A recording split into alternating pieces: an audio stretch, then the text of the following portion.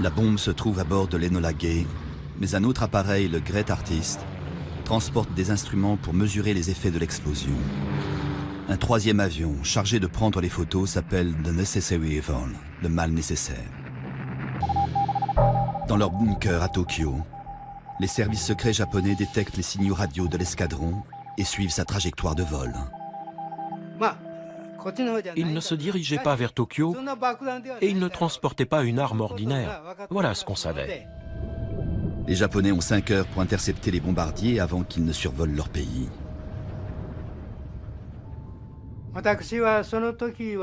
Nos services avaient eu vent de rumeurs disant qu'il pouvait s'agir de la bombe atomique.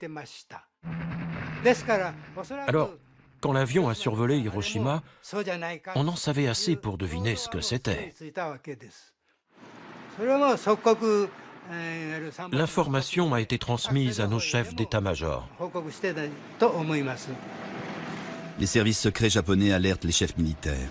Les généraux auraient pu envoyer leurs pilotes de chasse anéantir les B-29, mais ils ne donnent aucune instruction et ne préviennent pas les autorités d'Hiroshima. À ce jour, personne ne sait pourquoi. Les Japonais n'ayant pas donné suite à l'ultimatum de Truman, le 9 août au matin, l'avion transportant la deuxième bombe atomique décolle.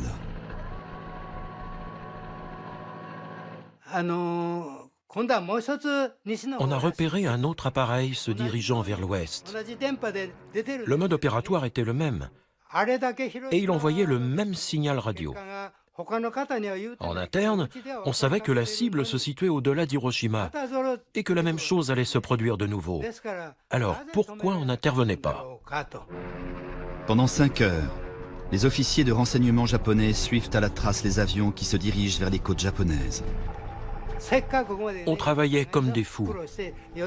On ne prenait même pas le temps de dormir pour pouvoir transmettre un maximum d'informations aux officiers. Alors, qui refusait de donner l'ordre? Dans ma section, on se posait tous la question.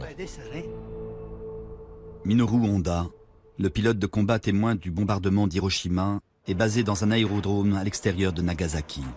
Il se tient prêt à attaquer les avions ennemis.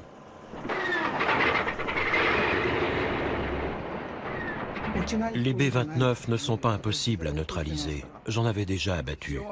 C'est difficile, mais pas impossible. Au même moment, le cabinet de guerre japonais est réuni au grand complet. Lorsqu'il est question de la bombe atomique, le général Umezu, le chef d'état-major, déclare « Les Américains peuvent-ils continuer à larguer des bombes l'une après l'autre? J'en doute fort. Aucune mesure n'est donc prise. » À 11h02, alors que le gouvernement est toujours en réunion, la deuxième bombe atomique explose au-dessus de Nagasaki. On estime à 40 000 le nombre de personnes tuées sur le coup. Une note dans un agenda, écrite de la main du général Inoue, le conseiller en chef d'Umezu, prouve que les deux hommes savaient ce qui se tramait. Cela ne les a pas empêchés de laisser la population japonaise à la merci de l'ennemi. Minoru Honda lit ces quelques lignes pour la première fois. Ils savaient. Alors pourquoi ils n'ont pris aucune mesure? En 5 heures, on avait largement le temps de se préparer.